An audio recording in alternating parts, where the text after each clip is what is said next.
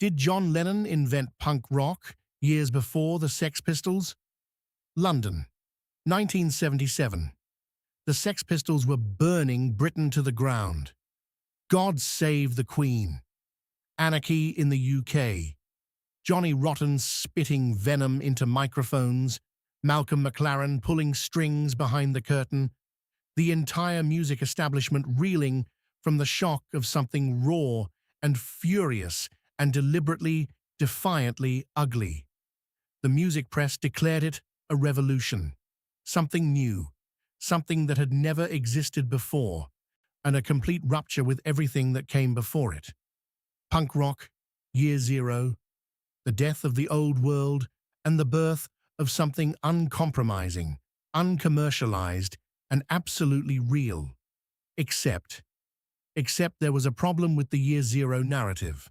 A problem that the punk theorists and the music journalists and the cultural commentators were carefully, almost conspiratorially, avoiding. The problem was John Lennon.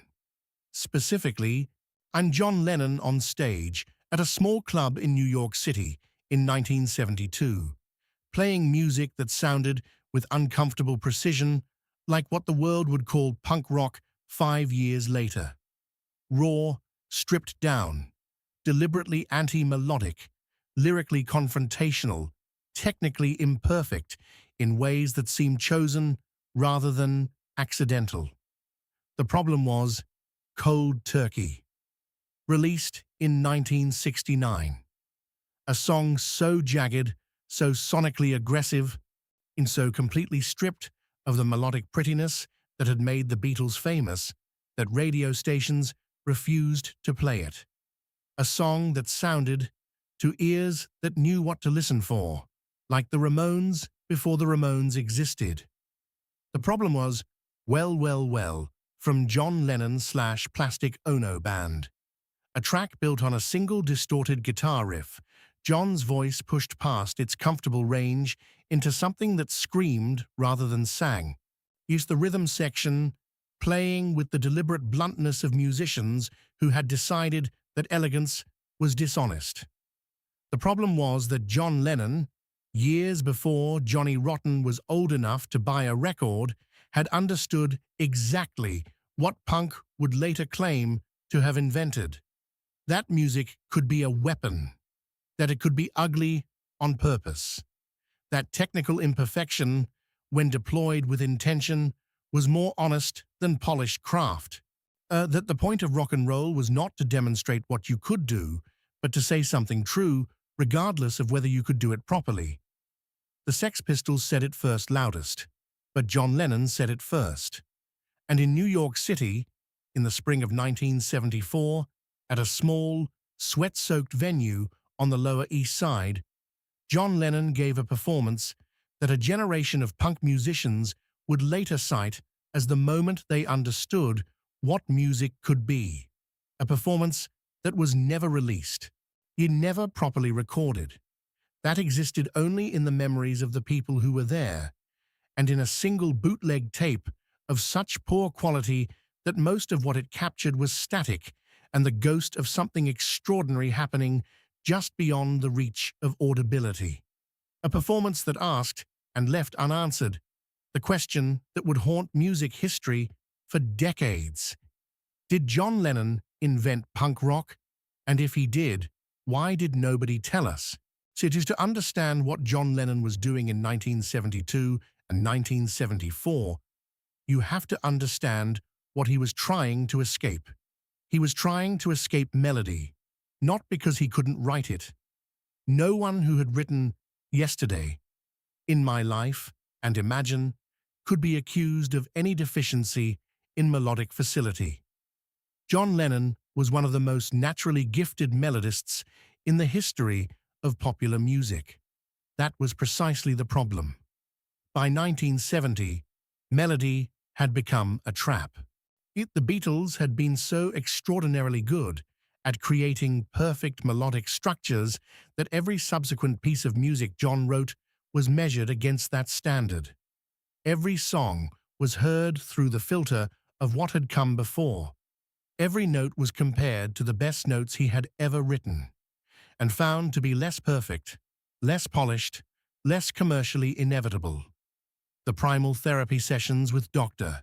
No Arthur Janoff had taught John something that would fundamentally alter his approach to music, that the most honest expression of human experience was not the carefully constructed, it was the immediate, the scream rather than the song, the raw exhalation of truth rather than the shaped, refined, produced artifact. When you're in real pain, John told a journalist in 1971, you don't sing about it.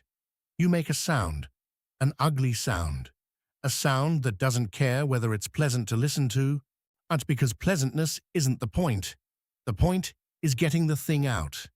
This philosophy, articulated in words, was even more revolutionary when applied to music. John Lennon's Plastic Ono Band was its first full expression. A record that stripped away everything the music industry understood as professional. The production was thin. The arrangements were skeletal. The vocals were pushed to the edges of John's comfortable range and beyond. Music critics, untrained to evaluate music against existing standards, struggled with the album. Some recognized it as a masterpiece, others called it self-indulgent. Very few recognized what it actually was: a prototype, a blueprint for a music that wouldn't have a name for another 7 years. But John didn't stop with the album. He continued the experiment live. He assembled bands specifically to serve rawness rather than polish. He sought musicians who understood that the goal was not to play perfectly, but to play honestly, who understood that the mistakes, the roughness, the moments where the music threatened to fall apart were not problems to be solved, but truths to be preserved. In New York, where he had relocated in 1971, he found his most willing collaborators. The city's downtown music scene was populated with artists who shared his rejection of the polished, commercial, radio-friendly product.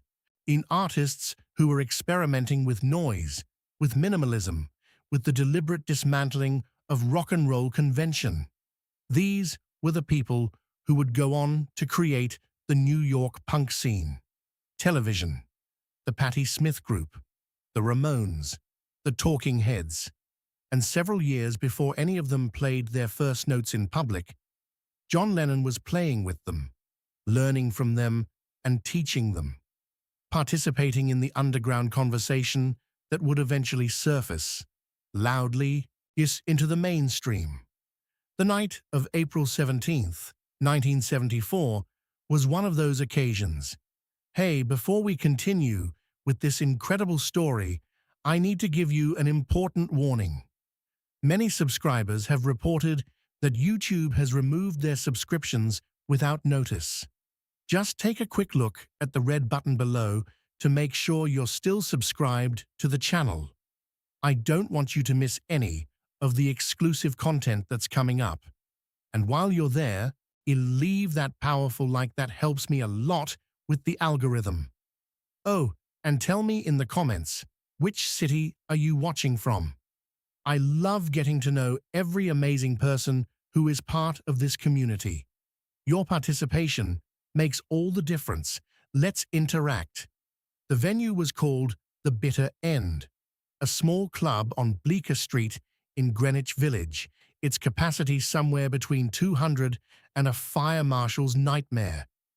Its walls absorbed the sound of decades of folk music, blues, early rock and roll.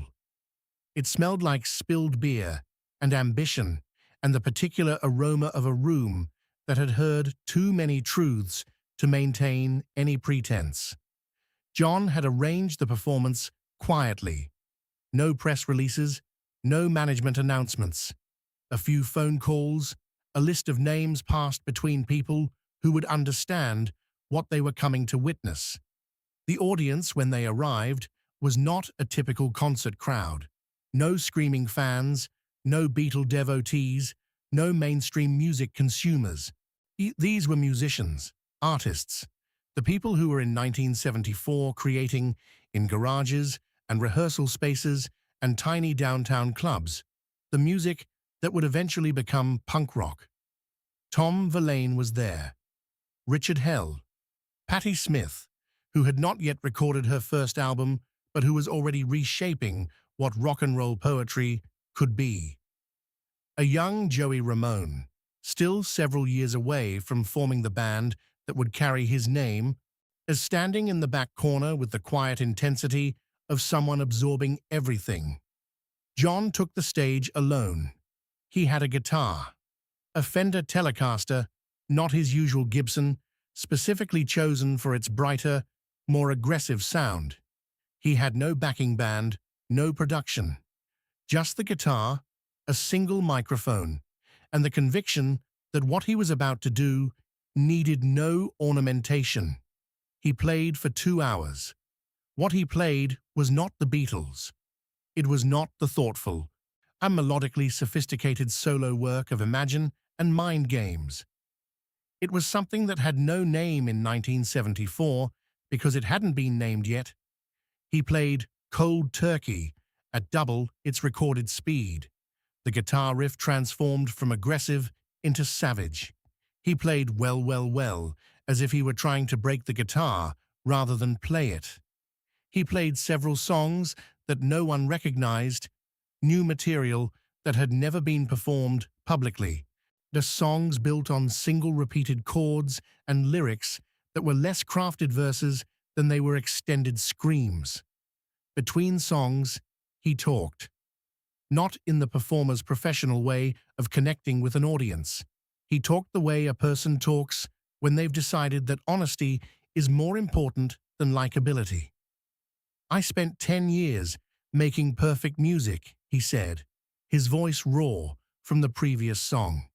Perfect melodies, perfect productions, and music that Radio 1 would play, and your mum would like, and your dad wouldn't mind too much. He hit a single chord, let it ring. And all of it, every polished, perfect second of it, was a lie. Not a deliberate lie, but a lie because the truth doesn't sound like that. The truth sounds like this. He played a riff that was pure distortion, pure noise, pure aggression. Tom Verlaine, standing in the front row, felt something shift in his understanding of what music was allowed to be. Richard Hell beside him felt something ignite. Joey Ramone in the back corner felt something confirm itself, something he had been thinking about but hadn't yet been able to articulate.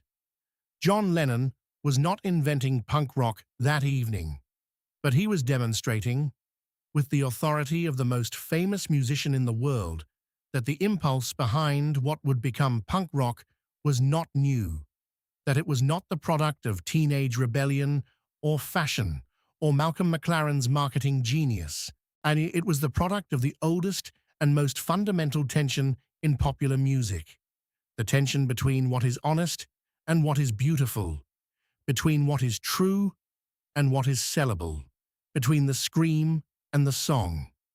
The music press, absorbed in the daily narratives of rock's established hierarchy, paid no attention to an unannounced performance at the bitter end in April 1974. Why would they? The venue was tiny. The performance was not publicized. No official recording existed. From the music industry's perspective, the evening had not happened. But the people who were there remembered, and they carried what they had witnessed into the music they subsequently created. Tom Verlaine formed television. Their guitar work, interlocking and angular and deliberately unresolved, carried the DNA of what John had demonstrated at the bitter end. The refusal of easy melody, the insistence on tension as a form of truth. Richard Hell invented the aesthetic of punk as much as its music. The torn clothes, the confrontational stance, the deliberate rejection of rock star glamour. But the philosophical foundation of that aesthetic, The idea that authenticity required the destruction of the polished surface had been articulated to him directly by John Lennon on a stage on Bleecker Street. Patti Smith's Horses, released in 1975 and widely credited as the first true punk album, and carried within it an approach to the relationship between poetry and rock music that Smith herself traced back to that evening. "He showed me you could say anything," she said, "that the guitar didn't have to be beautiful, that it could be a club." And Joey Ramone took everything he saw that night and distilled it into its absolute essence. The Ramones' music was John Lennon's bitter end performance, reduced to its structural principles: short songs, aggressive rhythm. He's stripped of everything except the essential impulse, the insistence that music could be both primitive and revolutionary simultaneously. The connection was never publicly acknowledged, not because the musicians involved were dishonest, but because the punk narrative required year zero. It required the story of something springing fully formed from nothing, owing nothing to the established order. Acknowledging that its philosophical foundation had been laid by a former Beatle was inconvenient to the story punk needed to tell about itself. But the connection was real, and in the small, carefully maintained community of people who had been in that downtown club in April 1974, it was understood. John Lennon knew what he had done that night, and he was, characteristically, direct about it. "I've been playing punk rock for 5 years," he told a journalist in 1976, when asked about the Sex Pistols. "They're just playing it louder." He paused, then added with a grin that contained equal parts humor and genuine satisfaction, "which is exactly what you're supposed to do with punk rock." The evidence, for those willing to examine it, is embedded in the recordings. Listen to Cold Turkey in 1969, then listen to God Save the Queen in 1977. Strip away the production differences, the 7 years of technological change, the cultural context. What remains is the same essential act: a musician using the most aggressive available sounds to express a truth that melody would soften and beauty would betray.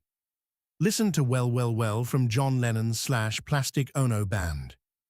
A song built on a guitar riff of deliberate crudeness, John's voice pushed into the red. The rhythm section playing with a blunt, hammering insistence that has none of the sophistication of the Beatles' studio work and all of the urgency of something that needs to be said regardless of how it sounds. John Lennon recorded that song in 1970. The Ramones formed in 1974. The Sex Pistols in 1975. Listen to the version of Johnny B. Good that John performed during his rock and roll sessions in 1973. Produced by Phil Spector, but fought over and argued about and ultimately released in a form that John never entirely accepted. The live versions from that period, the unpolished rehearsal recordings, reveal a guitarist who had deliberately abandoned the clean, melodic playing of his Beatles years in favor of something rawer and more aggressive. Listen, above all, to the Toronto Rock and Roll Revival performance of 1969. John, with the Plastic Ono Band, performing without adequate rehearsal, the band barely coherent, Yoko's contributions deliberately anti-musical, the entire event a controlled disaster that was somehow also the most honest rock and roll performance any of them had ever given.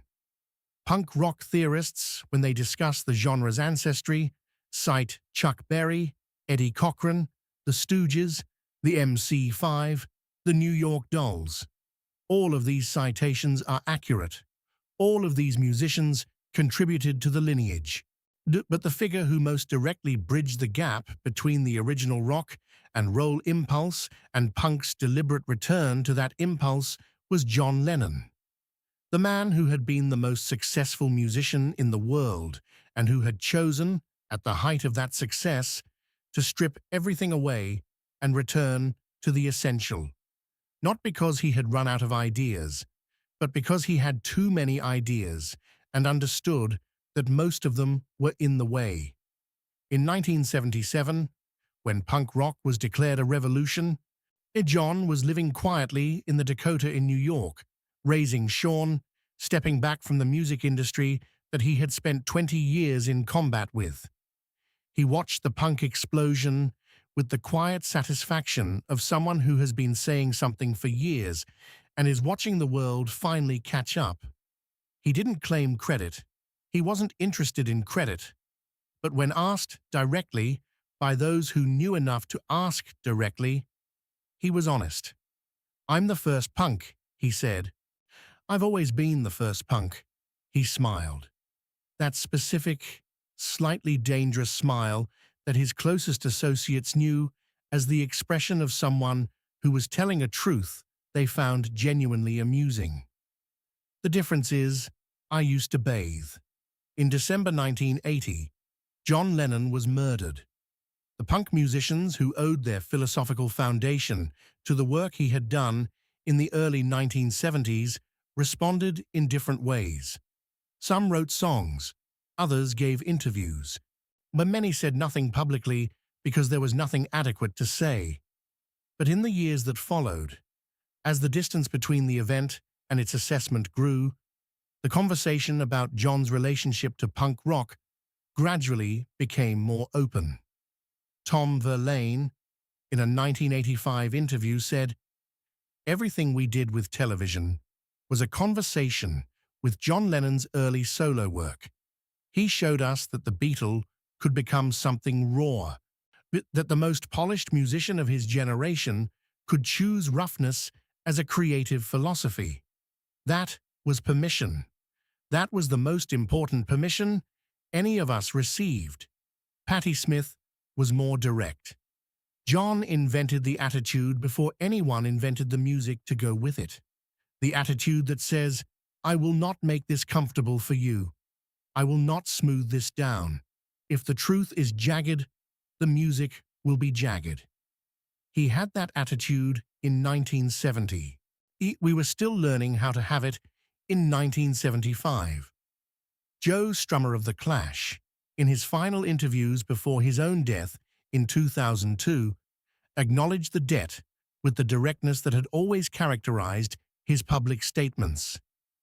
"If you go back and listen to Plastic Ono Band and you think you're hearing something that belongs to the softer side of rock history, you're not listening properly. That record is as hard as anything we ever made." Harder, in some ways, because he was doing it alone, and without the protection of a movement or a scene. Just one man deciding that honesty mattered more than approval. Johnny Rotten himself, in a rare moment of generosity toward his musical predecessors, told a journalist in 1996, "John Lennon understood what rock music was for before any of us did. He understood that it was supposed to be dangerous. Not dangerous in the showbiz sense, actually dangerous, and the kind of music that makes people uncomfortable because it tells them something true that they'd prefer not to hear." He paused. "We just played it faster." The bootleg tape from the Bitter End performance of April 1974 remains in circulation among collectors. Its quality is so poor that most of what it captures is barely recognizable as music.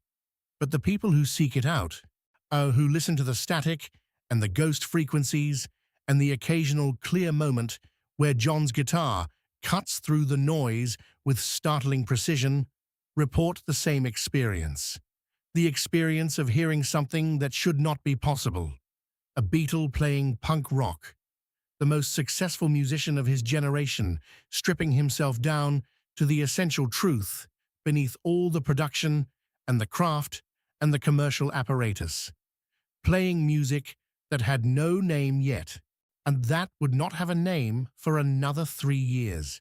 Playing it in a small club on Bleecker Street for an audience of 200 musicians who were in the process of inventing the scene that would give that nameless music its identity. Playing it with the confidence of someone who had already decided that honesty was more important than beauty. That truth was more important than melody. That the scream, when it contained something real, was worth more than the most perfect song. In New York City, December 8th, 1980.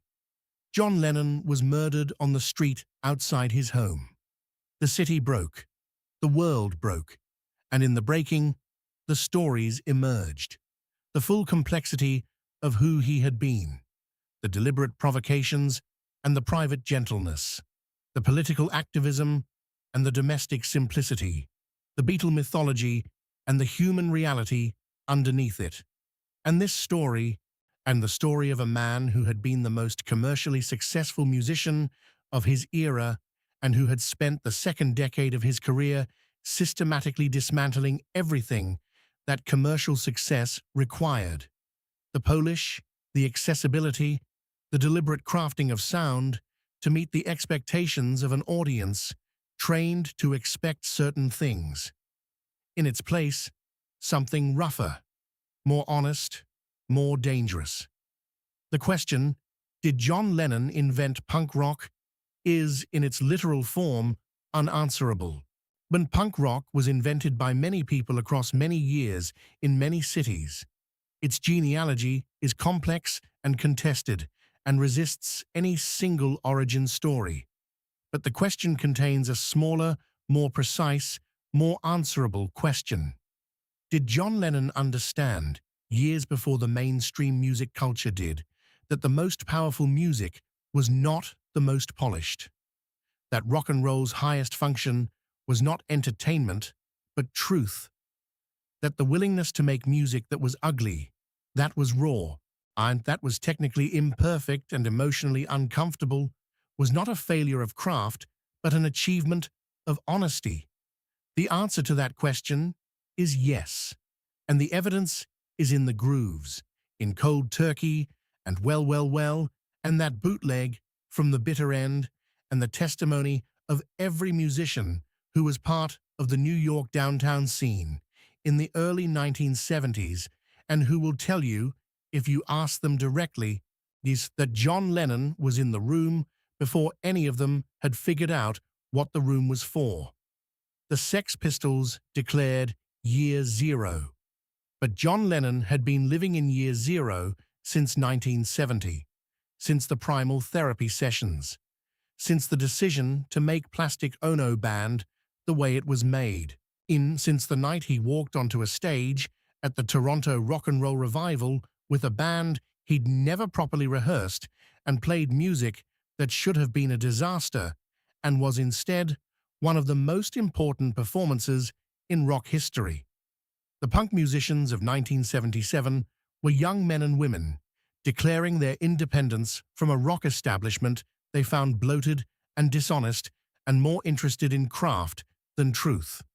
John Lennon was the establishment they were rebelling against. He was also, and paradoxically, the person who had most clearly articulated the philosophy behind their rebellion. He was simultaneously the thing they were fighting and the reason they knew how to fight, which is perhaps the most punk rock thing about him of all. The official histories of punk rock will tell you it began in 1976, with the Sex Pistols, with anarchy in the UK, with Malcolm McLaren, with deliberate ugliness deployed as commercial strategy. But somewhere in a small club on Bleecker Street, on an April night in 1974, 200 musicians heard something that had no name yet, and they carried it forward into the music they made in the years that followed. And the music they made changed everything. And the man who played that nameless thing for 2 hours in a sweat-soaked room was already famous enough to have stopped caring what anything was called. He just played the truth, as loud as he could, this as ugly as it needed to be, as honest as the music demanded, years before anyone gave it a name. That's punk rock. And yes, he invented it. The end. If this story about the hidden connections between musical revolutions, the courage to strip away everything polished and comfortable in pursuit of honesty, and the extraordinary legacy of a man who was always ahead of his time, moved you, subscribe, and leave that powerful like below. And share this with someone who loves music and wants to understand where it really comes from. What artists do you think change music in ways that history hasn't fully acknowledged yet? Tell us in the comments below.